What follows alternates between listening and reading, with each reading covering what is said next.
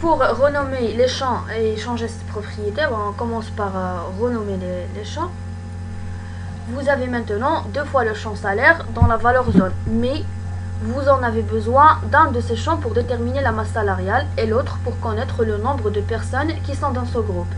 Vous avez, on peut faire un double clic dans la cellule somme des salaires. À partir de cette fenêtre, vous pouvez changer le nom du champ ainsi que certaines propriétés. Donc, on va faire une synthèse par nombre, puis on change le nom du champ à nombre d'employés. Voilà, ok. Et puis on sélectionne le champ somme salaire 2. C'est la même chose. Et on change le nom à salaire. Ok. Donc voilà, le tableau croisé dynamique montre maintenant le nombre de personnes des regroupements ainsi que leur masse salariale. Le nom des champs a aussi été changé pour mieux représenter le contenu. Oui, oui. Et aussi pour retirer un champ, et c'est valable dans plusieurs cas, il y a 2 façons pour retirer un champ du tableau. Et les 2 sont faciles. La première, c'est de la liste des champs. Il faut décrocher le champ que vous ne désirez plus voir dans le tableau de croisée dynamique, ou tout simplement de la liste des zones, sélectionnez le champ à retirer, appuyez sur le triangle à la fin du champ, et de la liste des options, sélectionnez supprimer le champ. Et voilà. Donc on retire le champ sexe de la zone étiquette de colonne. Pour ajouter un champ calculé, il vous est possible dans le tableau croisé dynamique pour mieux comprendre les données. Le prochain exercice alors consiste à ajouter un champ calculé bénéfice qui représente 50% du salaire des employés. De l'onglet options du tableau croisé dynamique, appuyez sur le bouton formule. Sélectionnez l'option champ calculé. Voilà. Dans la case nom, entrez le nom bénéfice.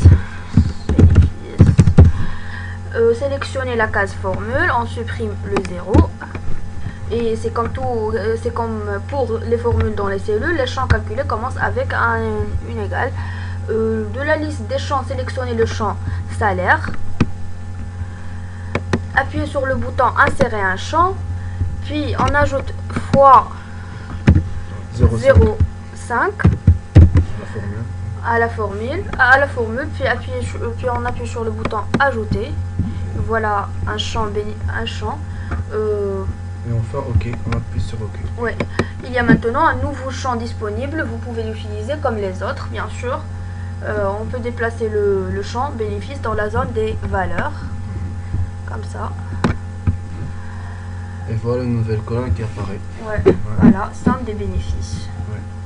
Donc pour la prochaine étape consiste à la création de 2 groupes, voilà, bureau et extérieur. Donc généralement ça facilite le travail et c'est plus pratique. Donc le premier groupe inclura les administrateurs et les secrétaires, le second inclura les ouvriers et les vendeurs. Donc dans le tableau croisé dynamique, sélectionnez la cellule ayant le texte administrateur. En gardant un doigt sur la touche contrôle, sélectionnez la cellule ayant le texte secrétaire. De l'angle des options de tableau croisé dynamique, sélectionnez l'option grouper la sélection. Voilà. Ou comme deuxième méthode, appuyez sur le bouton droit de la souris. De la liste des options, sélectionnez grouper. Il y a maintenant un regroupement pour les valeurs administrateurs et secrétaires. Le bouton moins sert à masquer les valeurs. Vous pouvez toujours les réafficher en appuyant sur le bouton plus. Il faut ensuite créer un groupe pour les valeurs ouvriers et vendeurs. C'est déjà fait déjà. Ouais. Donc dans le tableau croisé dynamique, on sélectionne les cellules ayant le texte ouvrier bien sûr, en gardant le doigt. Donc c'est la même étape qui se répète. Ouais. Voilà. Donc on passe à l'étape de changer les noms des groupes. Oui, bien sûr. C'est déjà très facile. Alors on place le pointeur sur la cellule ayant le texte groupe 1. On appuie sur F2. Et on change le nom du groupe 1 à bureau. Et le nom du groupe 2 à extérieur. Et voilà les noms des groupes qui sont changés. Il faut savoir une chose, que contrairement aux formules que vous utilisez tous les jours, le tableau croisé dynamique ne se met pas à jour lorsque vous modifiez une donnée. Bien Et c'est sûr. pas évident. Donc il faut le forcer à s'actualiser. Pour cela, on retourne à la feuille de calcul de données. On prend comme exemple la cellule F12. On change le salaire. À 16 000 dirhams. Ouais, pourquoi? Ouais, 16 000 dirhams. On retourne à la feuille de calcul et au tableau de croisée dynamique. Vous allez remarquer une chose, que le total des salaires est toujours le même, celui de 221 200. Donc pour l'actualiser, dans l'onglet option de tableau croisé dynamique, on appuie sur le plan actualisé. Voilà. Et voilà, il y a une modification du salaire et qui passe à 222 200 dirhams. Ou il y a une autre méthode qui consiste à appuyer sur la touche Alt et F5. ouais. Et pour afficher les options d'un tableau croisé dynamique, toutes les commandes reliées au TCD se retrouvent sur deux onglets contextuels, Options et Création.